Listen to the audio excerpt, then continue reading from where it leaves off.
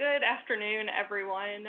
We are here this afternoon to present on the responding to requests for proposal for this vendor training. My name is Christy Beauvolan. I will be one of your presenters. I am the manager of the RFP Team 2. And here with me today is Austin Bachman. He is our Assistant Director for Policy and Compliance. He was recently formerly the RFP Team 1 manager.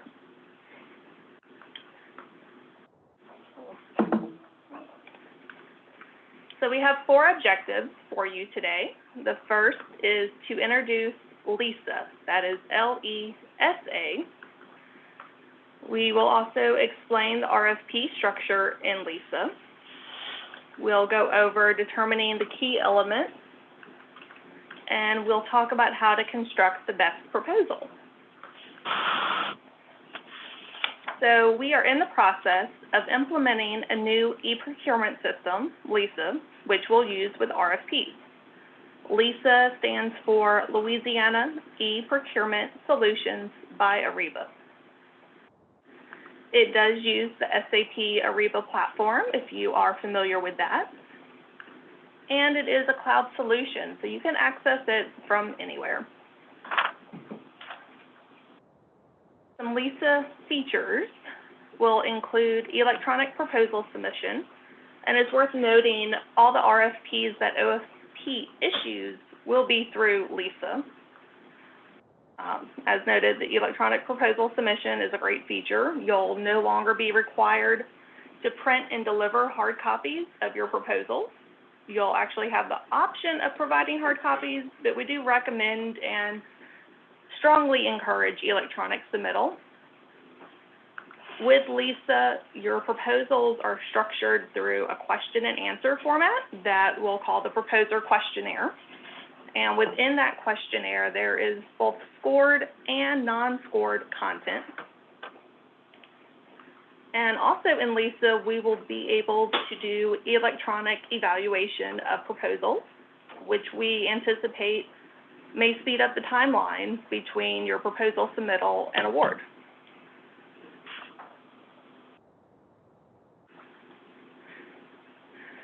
So LISA RFP notifications are still going to be published to LAPAC, but they're going to look slightly different than your traditional RFPs. First, they'll be listed under state procurement if you are viewing the bids by department. And secondly, there's no longer going to be an RFX page. The only document that will be posted to LAPAC will be a notice to proposers that will have a link to the RFP within LISA within the notice. And the only addenda that you will see posted to LAPAC for LISA RFPs will be schedule change addenda, which you can see in the top image on this slide.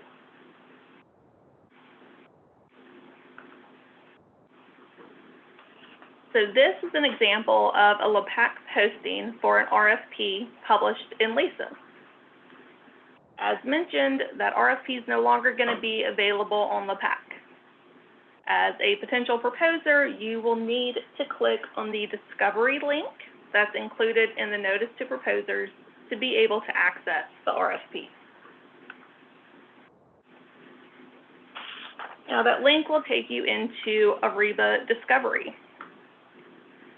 Clicking on the Respond to Posting, which you see in the red rectangle, will prompt you to log into Ariba. It is important that on this particular page in Ariba Discovery that you ignore the response deadline listed, pay attention to the RFP opening date that is listed in the posting summary and highlighted. That will be the actual opening date of the RFP. And additionally, don't use the questions and answers space on the Ariba Discovery posting to submit your questions to OSP. There will be an area within the RFP in LISA for you to do that. So when you click on Respond to Posting on that Discovery posting, this screen will come up. You'll be prompted to log in with your account with Ariba if you have one already. And if you don't have an account, you'll click the Register Now button to create an account. It's an intuitive registration. There are additionally help documents available within Ariba if you encounter any issues. So this is what an RFP looks like in Lisa. Once you log into Ariba, you'll be able to see them. One of the features that I actually like on these postings, which you may or may not, is the time remaining. That's on the top right of the screen, which will count down days, hours, minutes, even seconds until the RFP opens. And don't forget, once the RFP opens, the blackout period begins. And the only person that you'll be able to have contact with about the procurement is listed in Section 1 of the RFP. They're also the same individual that's going to be listed on the notice to proposers that is posted in LAPAC. Okay. So about the blackout period, this is in effect when an RFP is published, and it limits communication between the proposers and the state. Helps ensure integrity in the procurement process, and has violations of this blackout period resulting in disqualification of your proposal. It also may cause the proposer who violates the blackout period to be liable to the state for damages or other remedies allowed by law. As we just mentioned, the blackout period does not mean that you can't communicate at all with the state. It just sets a specific person for you to communicate with, and that is the person listed in Section 1.1 of the RFP that we showed on the previous slide. For those of you who may have existing contracts with the state, you still can contact the state about those existing contracts, but only about your existing contracts. Any questions related to a new contract or the RFP itself must be directed to the person listed in the RFP.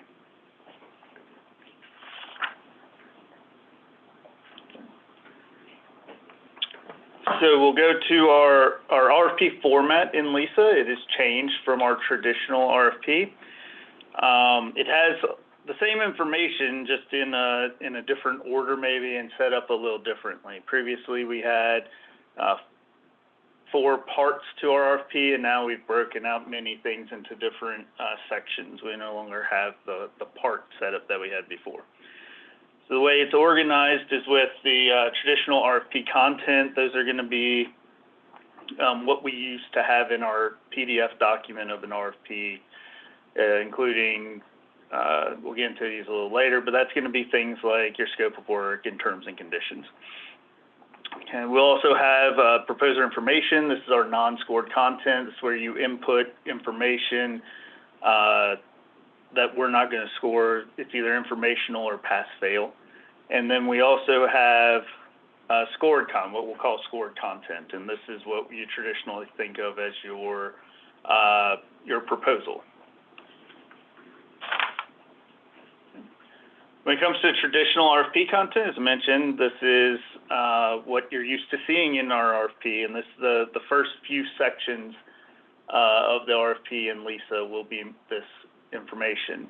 If you include things like administrative and general information, the scope of work, the evaluation section describes what the state's going to evaluate, Secretary of State requirements, any insurance requirements, and then also addenda will be added as separate sections as well. When it comes to the proposer information, these are things like the cover letter, mandatory qualifications, compliance with the sample contract, use of subcontractors, electronic vendor payment, redacted proposal, proposal submission requirements. Some of these things may have a different name than what you're used to. For instance, proposal submission requirements were previously called a certification statement in a lot of previous RFPs. You may not see these in every RFP. Some of them are just as needed. For instance, mandatory qualifications might not be in every RFP. But most of these sections here were previously made. We asked you to include them in your cover letter or asked you to include it elsewhere in your proposal. And now they're split out in separate sections where it's just organized better, makes it easier to find exactly what we're looking for. When it comes to scored content, this is going to be what we list in our evaluation section. So some examples of those are common examples, I guess I should say, are the company background and experience, approach and methodology, service and support, proposed staff qualifications. Those are what generally make up the technical proposal. Now each has a section along with questions that we'll see a little later to guide you in creating your proposal. We also have a scored content, Hudson and Veteran Initiative section, and of course the financial proposal. So have we had any questions so far regarding the LISA structure and content? No questions so far. No questions so far, okay. I guess we should mention earlier, as questions pop up, feel free to type them in, and we'll pause periodically through our presentation to answer those. We'll also have a spot for questions at the end of the presentation as well. So we did just get one. How do we join the LISA site?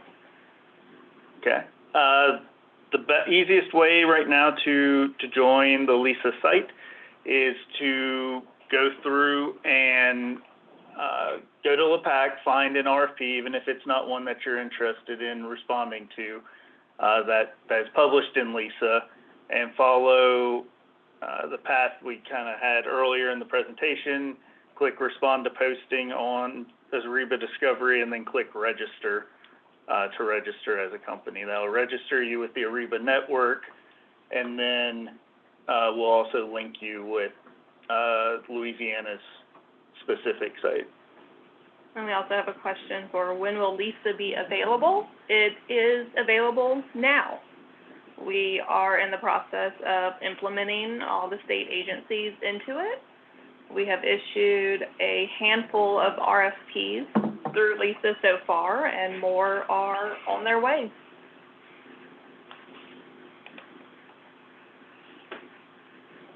And general question, what is the difference between request for bid and request for proposal? Okay. So we refer to the request for bid as invitation to bid in Louisiana. The main difference between them is the evaluation of qualitative metrics in a request for proposal. So an invitation to bid is going to be strictly low price for the bid that meets the specifications, meets or exceeds specifications. In a request for proposal, we're also evaluating technical factors in addition to just the cost. So there will be points assigned to things like how long you've been in business, how are you actually going to perform the work, and things like that. And we've got one more that came in. Is LISA just used for state RFPs, or will districts also use this system? It will just be state RFPs. And I also would like to point out, all of these will still be posted to LPAC, so if you are registered in LPAC, you will still receive notice of upcoming opportunities. You don't need to be registered in LISA until an RFP hits that you're interested in responding to. So we've also got one about the website address for LISA. We can look at sending a link with that. I believe, are you going to send the presentation out? Mm-hmm. We can look at sending that along with the presentation.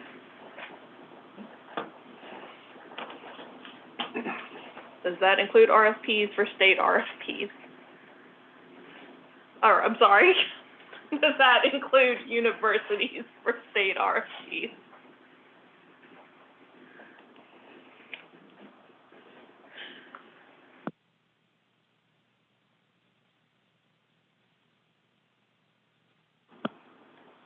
We haven't onboarded any universities yet at this time. It's possible that they'll be in LISA, but it's also possible that they're not. And I see a question about registering with Ariba. You can, as Austin mentioned, if you're registered in LAPAC, you'll still continue to get the notification that a new RFP is texted.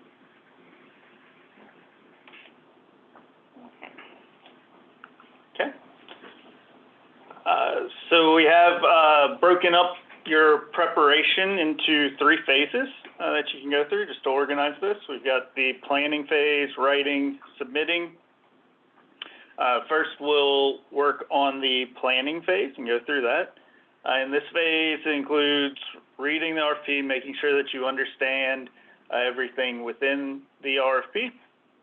It'll also be where you have an opportunity to submit any questions you may have during the inquiry period.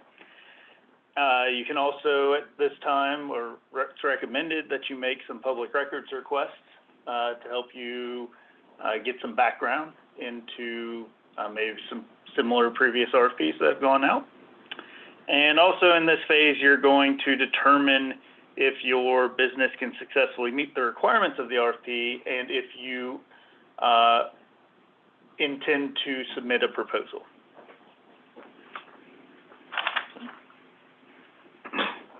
So when it comes to the RFP, you want to pay attention to the scope of work, as well as the mandatory requirements within the RFP. These are going to be shall statements.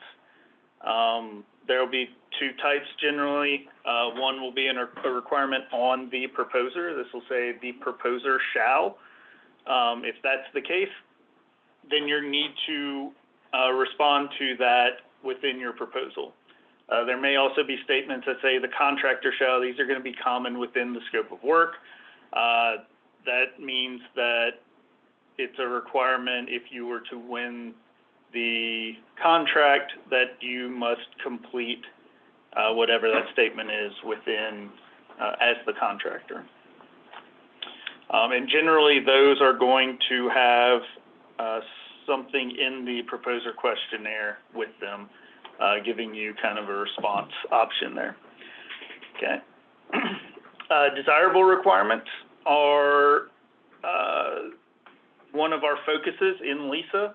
We're really pressing a lot of the agencies to eliminate some of the maybe stringent mandatory requirements we've had in the past and change those into desirable requirements. These are indicated by use of the word should. And when you see this, it means the state, as it says, the desirable requirement. If you meet that or can show that you're exceeding what that desirable requirement is, this is where you're going to score points. In our proposer questionnaire, a lot of the questions are going to revolve around these should statements. So anywhere you see should, you want to kind of have in your back of your mind, that's what you really want to go after. We also have permissible statements. These are indicated by may. Where you see may, it's truly an option. If you, we're not saying that you should have that or shall have that. It's just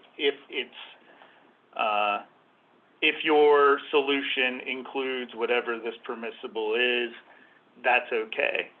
If it doesn't, it's also okay. You're not going to win or lose points for a may statement.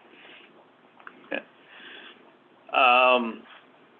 Mentioned before, keep track of where it says proposer, where it says contractor. You do want to be clear in your proposal, and we'll get to more tips on actually writing your proposal, but at this point, you're just kind of organizing things and making sure you understand what's in the RFP. You also, at this point, want to start documenting your questions, which we'll get to in just a little bit, because you never want to guess or assume when you're reading the RFP. If something's not clear to you, you definitely need to get that clarity from the state. Okay. Specifically when it comes to subcontractors, we received lots of questions in the past as to if you're a subcontractor, how do you find somebody who wants to submit the proposal that you can be that subcontractor for. There are a few ways to do this. Unfortunately, there's no kind of magic, easy way to make that connection. But one of the ways, if there is a pre-proposal conference, attending the pre-proposal conference is a good way. There should be additional people there, and maybe you can meet up and connect with them. We'll also post the attendance of the pre-proposal conferences as addenda, so you can check those as well and make phone calls or emails to people, to other companies there, indicating your interest. Another way is through that public records request. So if this is an RFP that has been issued before, you can request the people who submitted the proposal last time, which will have contact information there, which hopefully is still current, but if not, at least you'll have the names of who submitted proposals before. Presumably that's also who will be interested in submitting proposals this time, so you can contact them to be a subcontractor. The final way would be to do a web search, just search for companies that engage in the type of business that you're interested in subcontracting with, and try to do cold calls that way. Okay. On the flip side of that, we have sort of the proposers who are looking for those Hudson or veteran subcontractors in order to get some additional points. The easiest way to find those is to go to the LED website here. It's smallbiz.louisianaeconomicdevelopment.com. They have all of the currently certified companies listed there, along with a statement of what business they're engaged in.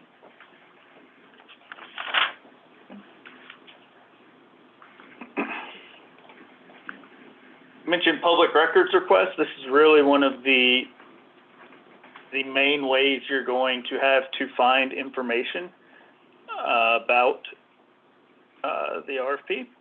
Through this, you can get things like the current contract, the previous proposals, evaluation summaries from previous RFPs as well. All of this can be used to kind of give you an idea of what the state may be looking for.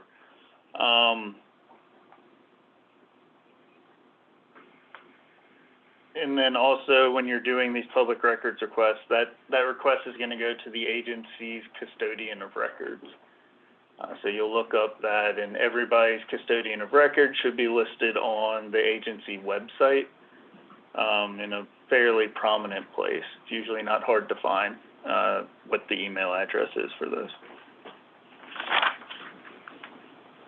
So Austin mentioned the inquiry period earlier. This is your prime opportunity to ask those questions that you may have about the RFP to get clarity so that you're not assuming anything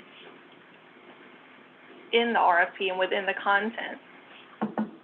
It allows that communication between the state and you all as prospective proposers.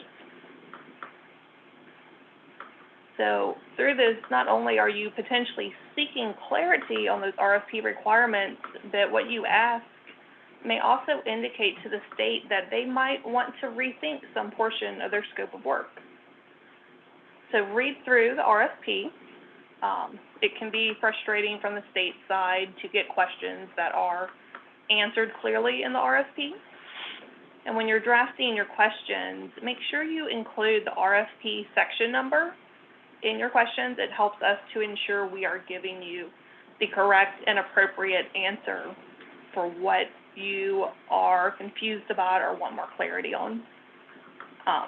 Like we said, don't be afraid to seek clarity. It might be regarding a requirement of the future contractor. It might be a question on how the proposal should be submitted. Anything at all that you are unclear on, you are welcome to ask.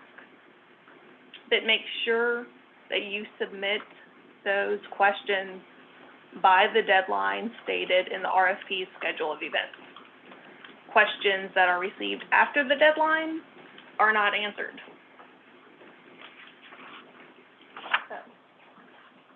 In Lisa, you're going to submit inquiries via the event messages link at the top left of the event details screen. This is going to function almost as a built-in email system of sorts. It's not quite that detailed, but it's a message board essentially. Clicking on that event messages link will open up a screen that's going to look about like this. The number of messages displayed will depend on what's happened so far in the event. And at the bottom, you're going to use this compose message button, which will open up a screen for you to go in and enter your questions. So if needed, you can revise the subject line. You'll enter your message as well, in this case, your questions, for submission to the RFP's contact person that's listed in section 1.1. You can even go in and add an attachment if that's necessary.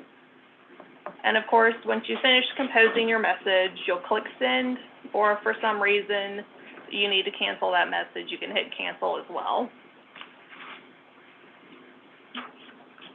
I'd also like to say there, because we mentioned message board, it does kind of look like a message board, but it's not posting that for everybody to see. It's really a one-way message between the state and your company. Other companies won't see your questions that you're submitting.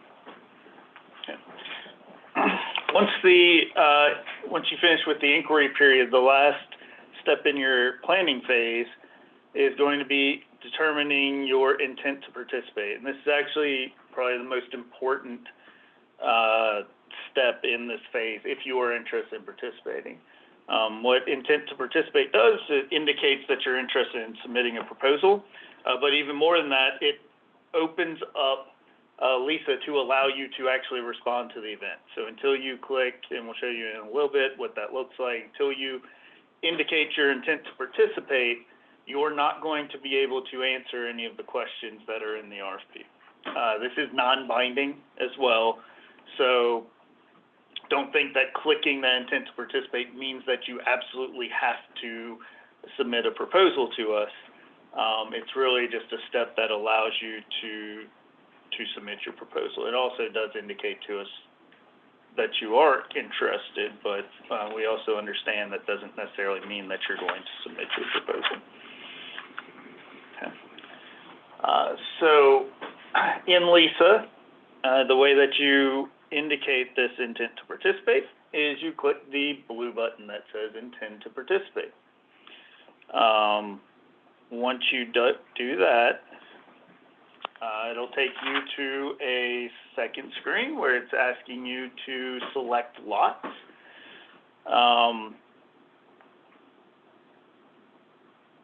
When you go here, you may notice, like this one did, it brought us in on this tab that says select using Excel.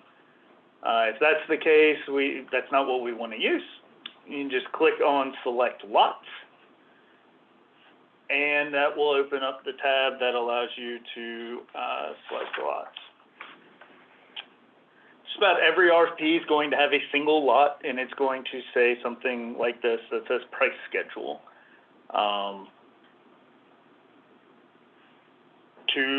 To select this, to go through this step, all you do is you click inside the box, and then click the blue confirm selected lots button. Okay. Once you do this, you'll see the screen in Lisa will change slightly, and it'll open up text boxes and drop down menus, yes, no buttons, and things like that that allow you to actually start entering your proposal content. Okay. Next, we'll get into the proposal preparation phases. We'll get to writing your proposal, but before we go there, we'll do another check on any questions that have come in. Yeah.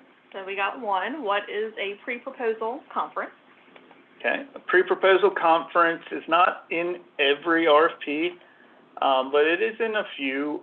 It's an opportunity where we either schedule, now in today's world, it's usually a Zoom conference, Previously, they've also been done in person. At some point, hopefully, we can also move back to the in-person as well. But now there's a Zoom conference where the state and some of the evaluation committee members will attend this conference where you go through the RFP, and it gives, it's kind of like an oral inquiry period. So we'll go through the entire RFP and scope of work, and anybody who attends has an opportunity to ask questions about it or indicate, maybe where they saw some problems or get some of those intentions, what the state was intending to do. So related to that, not all RFPs will have a pre-proposal conference. In some instances, they are mandatory. Some are non-mandatory, that the RFP will indicate that, if one will be held and whether or not it is mandatory. We have a question in here for what is the processing time for public records requests? It really depends on the ask. We generally try to turn them quickly. We're supposed to respond within 72 hours of your request. Sometimes it's quicker than that. Sometimes it takes a little while. It really, if you're asking for previous contracts, proposals, if they're relatively recent, we can usually get them turned around very quickly.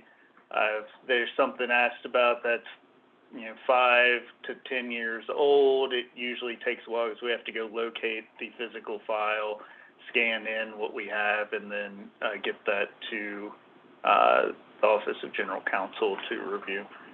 But we're aware when we receive those, we know what's on the street, so we know when it comes in, why it's being requested. So we're really trying to get it to you as fast as possible because we really do want you to be able to have your best proposal in and use that information in your proposal.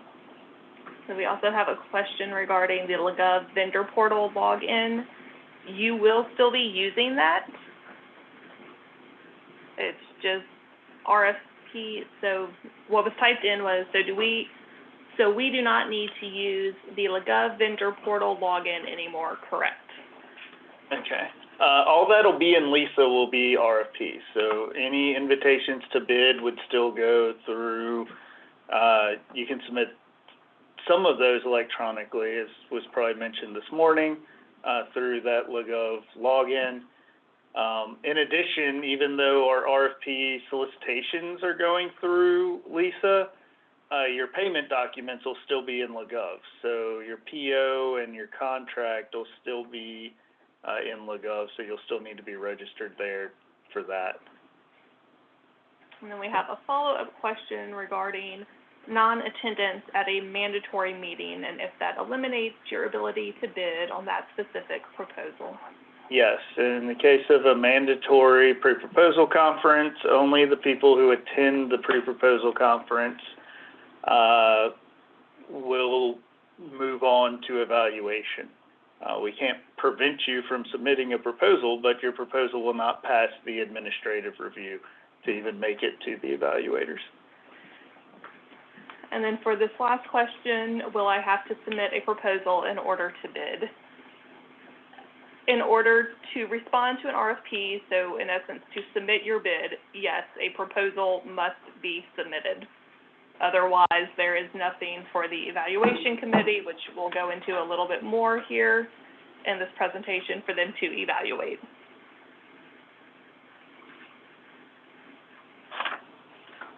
And then if I am a registered vendor in LeGov and have a vendor ID, am I also registered in LePAC? Yes. I would add to that, make sure your commodity codes on your vendor registration are in alignment with the type of services you provide and the type of bids you may be interested in proposing on.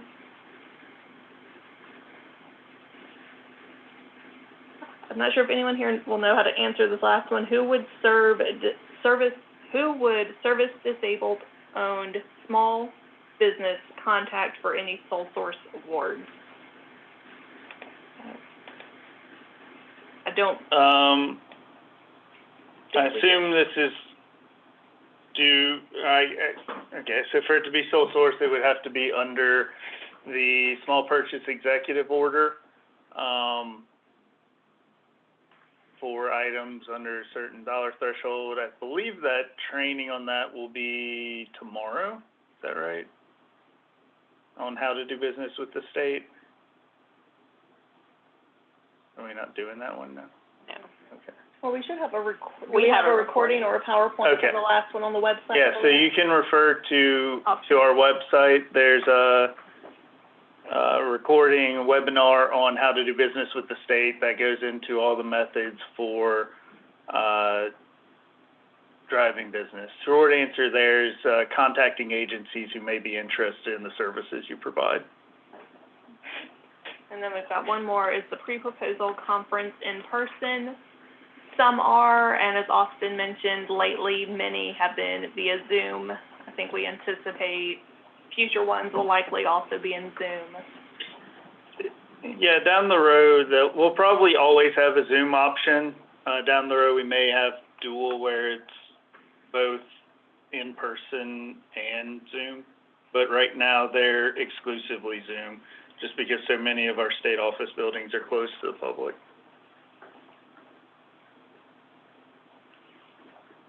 Okay.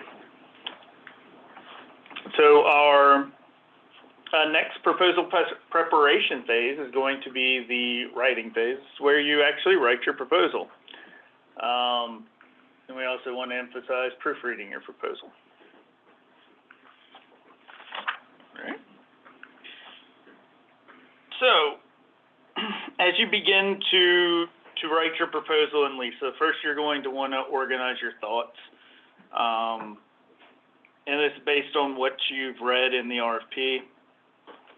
You'll go through, as we mentioned before, a lot of our traditional RFP content or the beginning sections. As you go through, you'll get into where you're actually having to respond in Lisa. But first, you want to make sure you kind of have an idea of how you want to word things. Next, you're going to want to make sure you identify all of the required questions and that you're responding to those. We'll see a screenshot of this in just a little bit, but the required questions are easy to see because they have a red asterisk next to them. Okay. As you're writing your proposal and answering these questions, you want to make sure that you're showing a complete understanding of the RFP, whether that's the scope of work or the questions. Really, you just want to be thorough. Okay. And then also you want to make sure that you're knowing who your audience is. You're writing to the evaluation committee. Okay. So keep that in mind as you're writing. They may not be technical experts here. They will usually have information. I guess I shouldn't say they won't be technical experts. I'm thinking more along the lines of like industry experts. They may not be industry experts, but they understand their process. They may not know everything about everything there is to do with what the service is. Keep that in mind.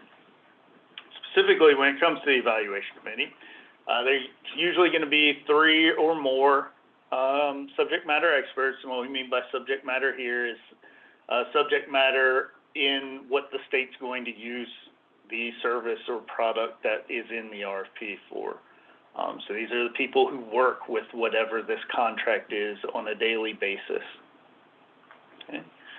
Their job is to evaluate your proposals based on the evaluation criteria we listed in the RFP, and also what you've submitted in your proposal. Previously, in kind of our old format of RFPs, you may have had to guess a little bit as to what the evaluation criteria is. With Lisa, we've made that a lot easier because we are asking you questions that we want you to answer, and that's our evaluation criteria, or what those questions are. So good, thorough answers to the questions are going to score you the most points. And ultimately, their job is to select the most advantageous proposal.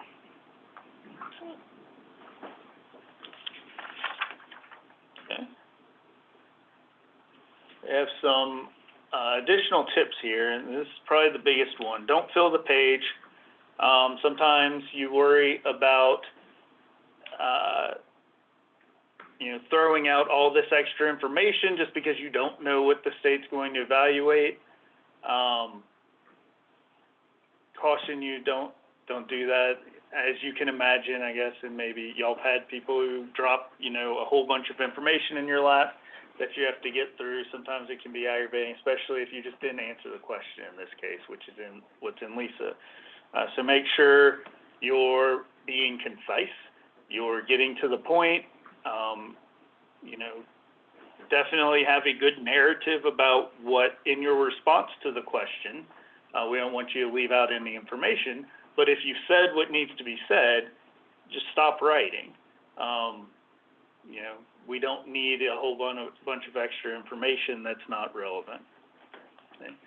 In LISA, additionally to this, you may find that some of the questions have caps on how much information can be provided. We can put character limits in there in some instances.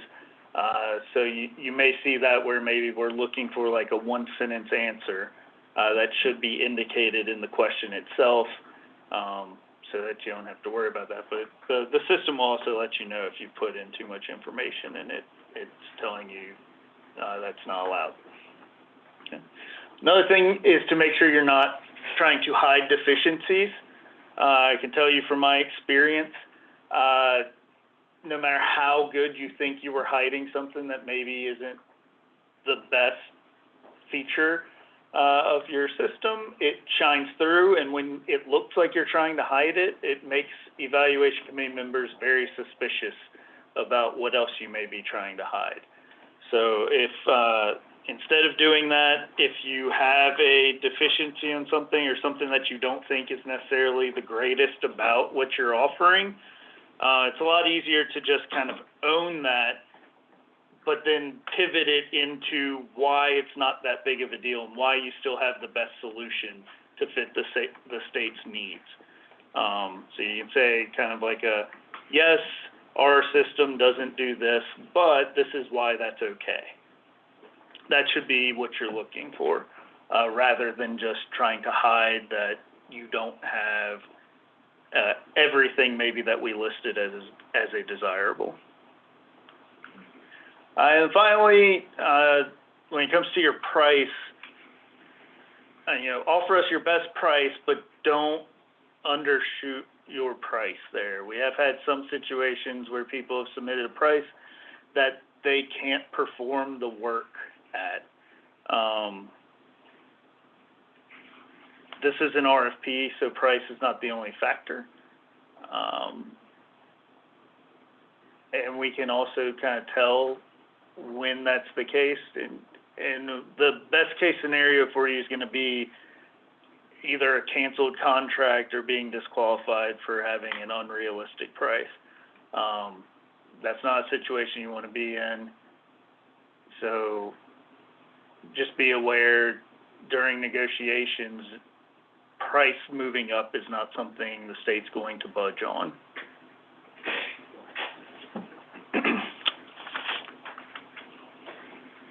So, back in LISA, after you've indicated your intent to participate, you'll be able to start entering your response in LISA. Most of these questions, most of the responses will be through text boxes or attachments.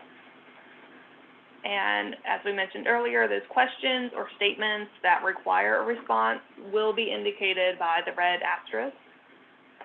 Some responses are going to be captured through a table.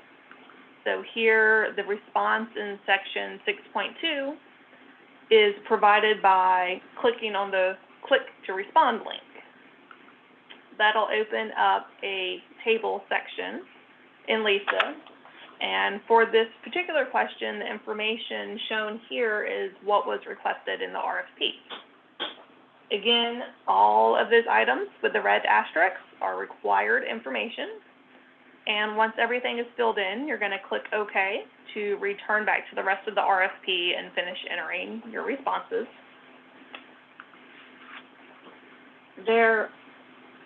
Gonna jump in real quick. So I don't think we talked about this, or maybe we do later, but we'll highlight now because we were talking about the required responses with the red asterisk. And you may be wondering, especially when you see so many of them here, what if you miss one? Don't worry about it, because when you try to submit your proposal, the system's gonna throw all sorts of error flags at you if you miss one red asterisk, and it'll actually direct you back to where you missed one. So don't worry about it. If you're submitting electronically, you cannot actually miss a required field. It will not let you submit a proposal until you've filled all of those in. And that is a huge benefit, because then you don't have the potential of being disqualified for failure to submit something that was a mandatory for the proposer. Okay. So your answers in LISA are actually going to be done by either typing in an answer in a text box. You may also be requested to add an attachment. If it's an attachment, you can only add one file per attach a file link. That makes sense. I know that's a little odd to say. Some additional answer types real quick before I show you what this attachment screen looks like that you may see in LISA are yes/no answers. You might also have a list of choices, which allows you to choose a single or a multiple choice response via a drop-down menu.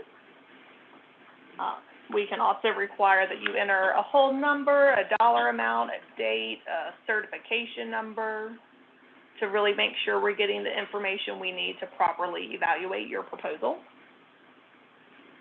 So when you click on this attach a file link, you get two places to upload an attachment.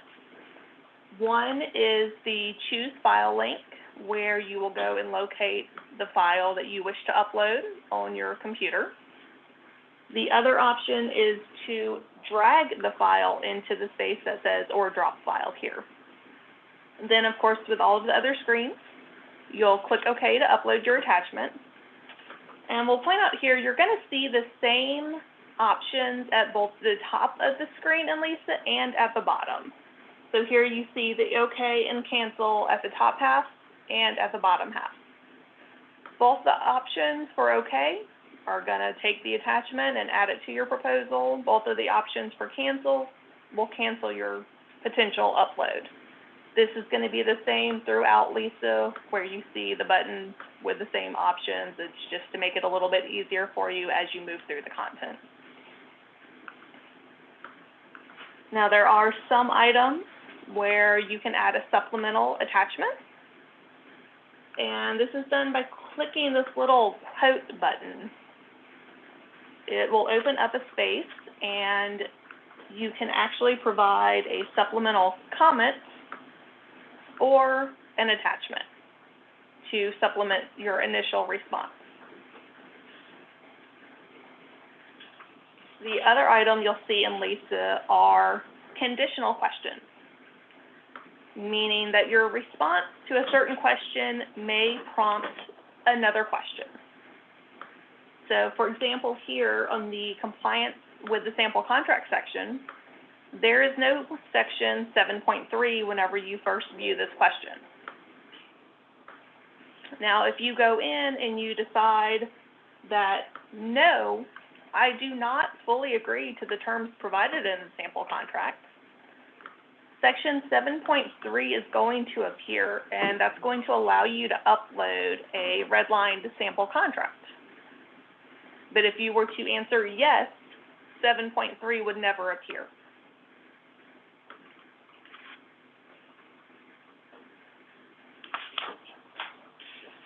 To complete the financial proposal in LISA, you're going to click on the link that says References so that you can download a copy of the price schedule.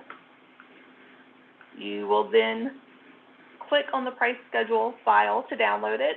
You'll complete it, save it somewhere on your computer where it's accessible to you, and then click the Attach a File link to upload it.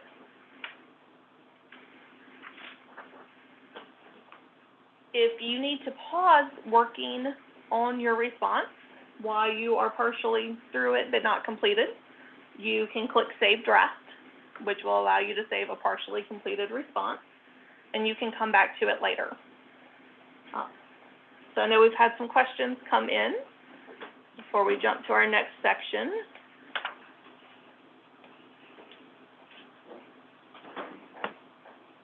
Okay, I'm going to read this one directly. Are certain LA state departments only posting RFPs on LISA? We strictly are only interested in responding to certain RFPs per the scope.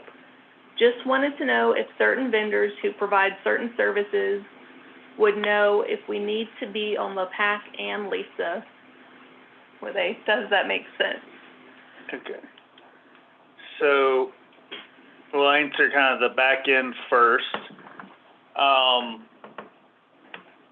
Even if an RFP is done in LISA, you'll still receive notice of it through LPAC. So I just want to emphasize that again so that you don't feel like you'll miss anything. If you're receiving those notifications through LPAC, you'll continue to receive them. You'll just be viewing the RFP and potentially responding to it in a different place than previous. As far as all state departments, eventually, yes. We hope to have everybody fully onboarded by the end of this year. Right now, we are rolling through most of them. So you'll see, almost every week we have more agencies coming on board, and all of their RFPs will be submitted in LISA. We're kind of in a downtime right now as far as historically when we receive RFPs, but we're moving into the busy time as to when RFPs start getting published. So between now and roughly March or so, you'll see most RFPs moving over from where you're used to seeing them and into under state procurement on LPAC as those agencies, as those departments get onboarded into LISA. Then we have a question about pricing. If there is a change order or change in service out of the control of the vendor, will price be adjusted, or will the vendor eat the change cost even if it is not due to a failure on the part of the vendor? It's hard to answer completely just because it may be situation dependent. The situation I was discussing, obviously, if the state comes in and needs to change what was in the scope of work, and that includes increase in costs, those are situations where the contract can be amended and the price increased. When I was talking about negotiating the price up is if you came in and undershot your price thinking, I'll just negotiate my price up in contract negotiations, that's not going to happen. But there are situations where even before we've signed a contract, the state realizes we need to add something to the scope of work. Those can result in a negotiated price increase.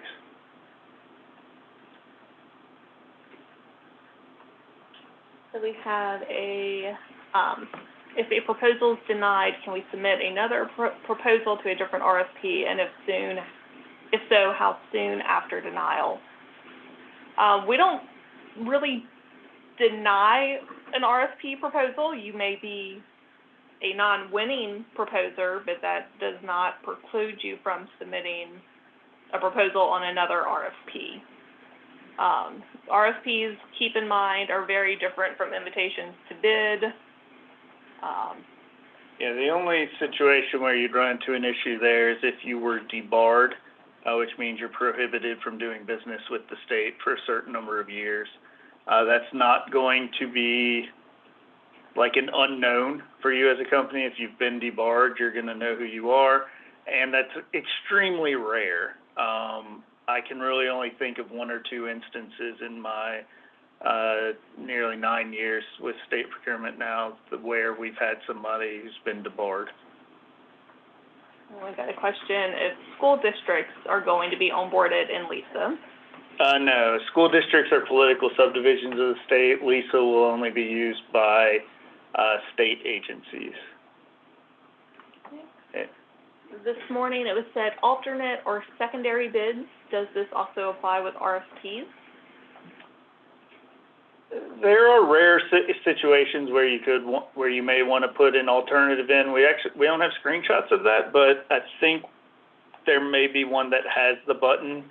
When we get to that, we'll see it. It's after you submit your response. There is a button that when you go back into Lisa, it'll give you the option to submit an alternative if it was allowed for that particular RFP, which most of them will allow it. It's just rare usually that you're going to have an alternative proposal for an RFP. Okay. Is a price schedule provided in Lisa always the mechanism for the financial proposal? If so, can it be accessed during the inquiry period? Yes, everything will be, you can access everything even without hitting that intend to participate button. You just aren't able to respond to anything. So you can still go down to, in this case, it's section 13.1. If it was prior to you hitting that intend to participate button, you wouldn't have this attach a file. Why am I pointing? Never mind. But you would still be able to hit the references. Yeah. You'd still be able to click the references and download the price schedule there.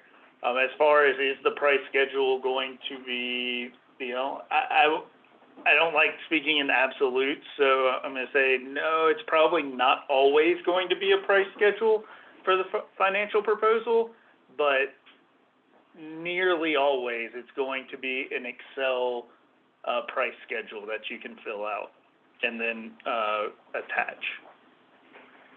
And that will vary just with the RFP and dependent on what services are being requested in the RFP. Yeah. Now the price schedules, it will not be the same price schedule on every RFP. They just might all be called price schedule. And one more, does Lisa have a feature to review your entire completed proposal package prior to submission? The answer here is actually yes. It might be a little bit different than what you're used to, but we'll show you here in just a moment a little more of what that's going to look like.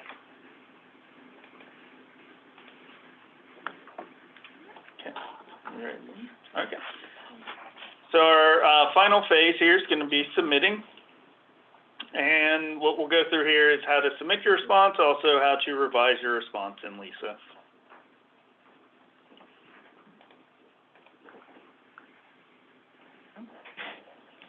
So at this point, you are ready to finalize your proposal.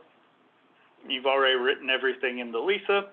What you're going to want to do is go through, make sure that all of your attachments are included. We have required attachments here, but you're probably also going to want to make sure that even the non-required stuff is attached correctly as well. So you can just scroll through the sections in Lisa. It'll have where you've uploaded documents and attachments.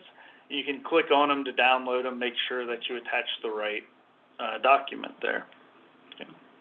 When it comes to requirements, as we said before, don't worry about missing them if you're submitting electronically in Lisa. The system's going to prompt you and let you know if you missed a requirement there. Okay. You're also, as you're doing that, you want to proofread because there are lots of text boxes. You're also probably going to want to proofread your attachments just to make sure spelling, grammar, all of that is good. Okay. You're going to need to make sure that your proposal is signed by an authorized signatory. This is done in Lisa on the cover letter. Electronic signatures are fine. We just need that scanned in copy of your cover letter or a DocuSign or even just like the free Adobe signature works as well on a PDF. So we mentioned before, we highly, highly, highly, highly recommend that you submit electronically. There are many benefits to doing so, not the least of which is it's cheaper for you than printing this out and mailing it to us and putting it in binders and all of that. So we do encourage that. We've also mentioned things like the system will prompt you if you're missing a required field. It also ensures that your format isn't a little weird, because actually if you submit a hard copy to us, we actually have to upload it into Lisa to send it to the evaluation team, which may or may not result in the format getting a little weird from what you really expected it to do. So if you're submitting electronically, you know what it's going to look like there. Okay. That being said, if you are submitting a hard copy, when you're finalizing your proposal, you need to make sure you're following all of the instructions in the RFP for how to submit your hard copy. If you're not following those instructions, you're risking your proposal being rejected. And then also you need to make sure that you're delivering that to OSP by the deadline. We have to receive, whether it's electronic or a hard copy, we have to receive it by the deadline listed. It's just going to be a little bit more difficult maybe to meet that deadline if you're bringing the hard copies. You need to be aware of things like mailing times or courier delivery issues. I think if anybody's ordered anything online, you're aware of those, where 2-day shipping is now 2-week shipping, even though we're all still paying the 2-day price, of course, but that's going to affect you sending your hard copies as well. Well, and even if you plan to deliver your hard copy to the Office of State Procurement, you still need to be mindful of the security requirements here at the Claiborne building. That can add additional time to the actual delivery to OSP. So for submitting your response in Lisa, extremely easy. You've typed in all of your information. You'll see towards the bottom of the screen, the blue button says submit entire response. You just click that button after proofreading and checking, making sure everything is accurate. It'll pop up a confirmation screen asking you to click OK or cancel if you want to go back. You click OK, and you'll get a message at the top letting you know that your response has been submitted. Okay. You can go back in and still look at your response if need be. If you want to proofread it even a second time, you can check that as well. But you'll see here, actually, I don't think we have the buttons. No, actually, we'll see it with the revising. So yeah, we have the revise and alternative in just a second. So after you submit, there are some things you can do if you want to. You can request names of other proposers. This is after the RFP is opened. You can request names of other proposers. You can respond, or you will need to respond to any clarification requests. These will be done through Lisa as well. So make sure you're still getting or still monitoring your email to see those. And make sure you're not sending those to a junk or a spam folder as well. Yeah. You may be invited to oral presentations or demonstrations, and you may also be invited to respond to a best and final offer. In particular, with the best and final offer, this will be done through Lisa as well, allowing you to submit your best and final offer there. Again, that's if it occurs, and also if you have made it to that point where you're getting the best and final offer. But mainly, you'll just be waiting patiently. As we mentioned before, one of our goals is to shorten the entire RFP process. Part of that is the evaluation time frame. We're hopeful that Lisa helps us do that. But it's still going to take some time between when you've submitted your proposal and the notice of award goes out. So this may be as short as 1 month, it could be longer than a year. But typically by 3 to 5, maybe 5 months, we have issued our notice of award.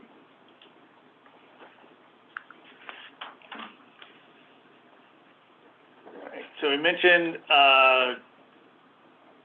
we had a question about the alternative response.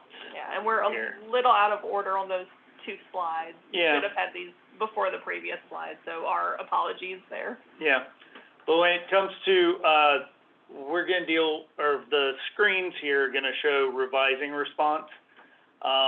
You see the button actually says revise/alternative response. So if you were needing to submit an alternative proposal, you would click the same button. And it takes you through kind of the same path. It's just at one point then you're choosing alternative versus revising your, you'll see the little tab there, it says primary, right above all content to the left of our red box. Okay. But for revising a response, if you go through and you proofread and you realize you notice an error, or maybe you attached the wrong file somewhere, don't worry.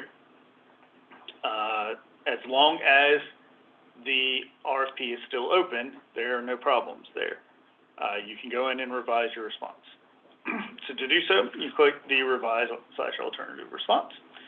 You'll get a question comes up telling you you've already submitted a response. Would you like to revise it? Click OK. And the system will bring up will reopen, allowing you to revise any of the responses that you have.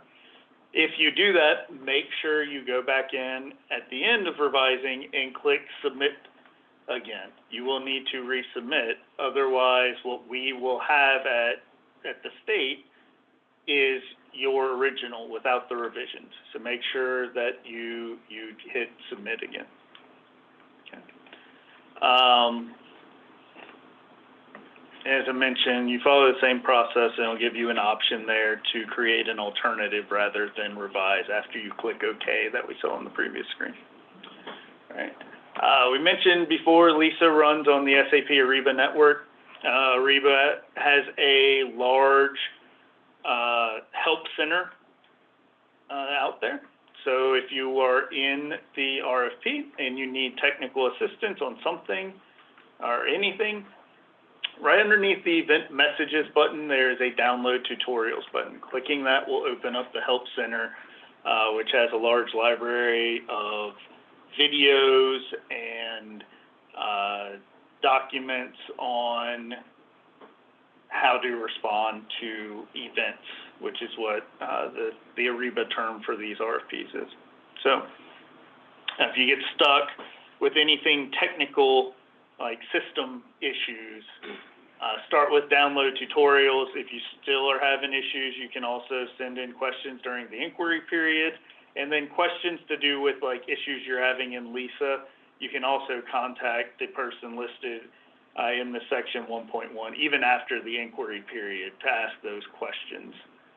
What we mean by we're not going to answer any questions after the inquiry period is any questions about the RFP itself or scope of work. If you're having trouble with the system itself, we'll still answer those questions if we can get the answer for them. Okay. Before we finish up here, a couple reminders. First, remember to read the RFP before the inquiry period. Don't just start asking questions. Make sure you read first. You need to keep track of the schedule of events. That's going to be listed in that section 1 of the RFP. You don't want to miss anything. Make sure you proofread your proposal. Careless errors aren't looked on kindly. Everybody makes typos. Everybody, maybe has some bad grammar here or there. But if you're constantly doing it throughout your proposal, the evaluators are going to wonder about your ability to perform the service, and really it goes down to what's your attention to detail. You want to make sure you're meeting all mandatory requirements, of course. Again, if you're doing that in Lisa, it's impossible to submit your proposal without answering a mandatory section. And ultimately, as well, make sure you submit your proposal before the deadline. Those are strict hard caps. If the RFP says that the deadline for submittal is 10 o'clock a.m. 10 o'clock a.m. is the deadline. At 10:01, your proposal is late. If your proposal is late, it will not be considered under any circumstances. This isn't, that's the law, that's the rule we must follow. It doesn't do anybody any good to have a late proposal. It's certainly not good for you. It's not good for us at the state because we want the most competition we can have. So please be wary of the deadline. Make sure that you submit on time. And when we say 10 a.m., because we are in Louisiana, that is 10 a.m. Central Time, not Eastern, not Mountain, not Pacific, not anywhere else. That sounds kind of ridiculous to say, but it can be worth stressing. Although submitting by 10 a.m. Eastern Time would still make it okay, yeah. timely. Fair.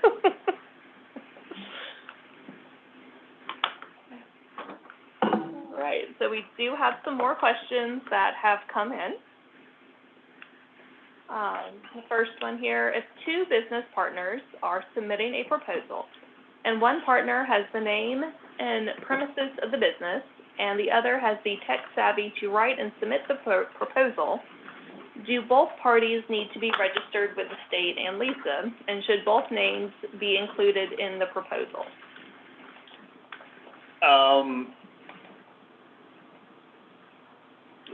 You would need to make decision as to whether you're submitting that as a joint venture or not. The party that is submitting the proposal is the one that needs to be registered. That's also the party that's going to need to go through things like the Secretary of State registration as well. So if that's required, so if you're creating the joint venture, be mindful of that as well. Make sure you're following those things as well. What was the second part? And should both names be included in the proposal? Yes, you would need to include both names in the proposal. Well, and I think this may depend if you're using a second writer as almost a ghost writer, so to speak, if they're drafting the proposal only for that prime contractor. In that case, we wouldn't have that. Yeah, we wouldn't need that. But if they were submitting as potentially a subcontractor to the prime, then both names would be included. Yeah. On best and final offer, is that a request to lower your proposal price? Not necessarily. We actually discourage agencies from using a best and final offer solely to lower the price, because I'm sure you would imagine in the vendor community, if you knew that's what we were doing every time, your first original price is going to come in inflated so that you have room to lower it. We're aware of that. We don't want that to be a situation because that's going to force us to do a best and final offer every single time. The majority of the time when we use a best and final offer is to correct things that became apparent when we were reviewing the proposals. And maybe we realized that we can't do a true apples-to-apples comparison between two proposals due to something. It's not either party's fault. Like you didn't, you met all the mandatory requirements. You did what you were supposed to do on the vendor side. It's just, some flaw in the process led to it. We use BAFO to correct that. We'll also do it sometimes where we think we need to provide some clarification. So we think somebody made one assumption, another party made a different assumption, and we need to get both people making the same assumptions. We'll use it that way. Also, best and final offer, it doesn't necessarily have to be about price. We can also use it to make clarifications to the scope of work and have you resubmit a technical proposal. That's a little bit more rare, but that is a possibility to use the best and final offer as well. But I would say, does it happen where we're solely just trying to get a better price? Sometimes, but we try to rarely use the best and final offer for that. Are you able to rescind your offer before the due date time, and if necessary, resubmit due to changes we wanted to make? Well, in that specific instance listed about resubmitting with changes that you need to make, That would be through that revision process we showed. But as far as if you just need to rescind your proposal completely, unfortunately, there's not a way in LISA to just pull it back out. So the process we have written into every RFP is if you need to rescind your proposal, you submitted something and then changed your mind, you don't want to submit a proposal. You send a message to the state procurement analyst who's listed in LISA telling them that you're rescinding your proposal. And then that will count as removing your proposal from the system. We have a two-part here, which I will gladly take. Is LISA going to be used for state textbook adoptions? Perhaps I should have said core instructional materials reviews. To answer that question, if that is something that is done through a request for proposal that is issued by the Department of Education, then yes. I hope that helps. Yeah, it could be through state library too, in which case also yes. I was going to say, depending on who's issuing it, who's doing it, exactly what the scope is, it's hard to fully answer that one. How does it work with insurance companies and brokers who are registered? I would think I could submit after the carrier sends me the proposal.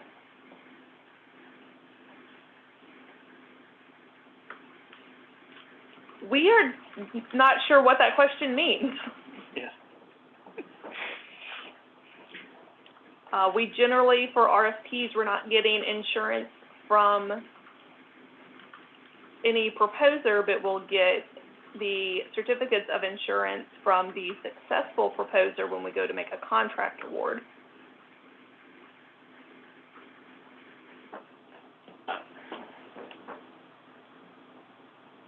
Does the carrier have to be registered?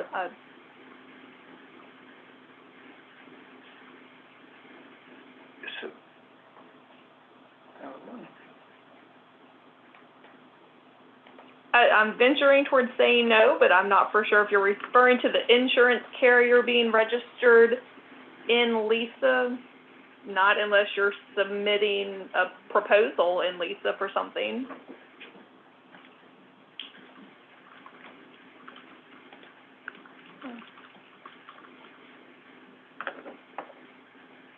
Will there be a way to export the RFP document before and after completion?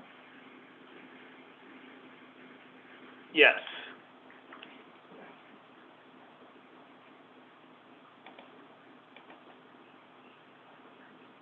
Yeah, we didn't go through that, but there are buttons. They'll say you can pull things out as Excel. You can also download all the attachments out. The system's fairly intuitive. So if the button that's listed there, the buttons do what they say they're going to do, which I know is not always the case with some state systems, but LISA's a lot better about that than maybe some of our other programs.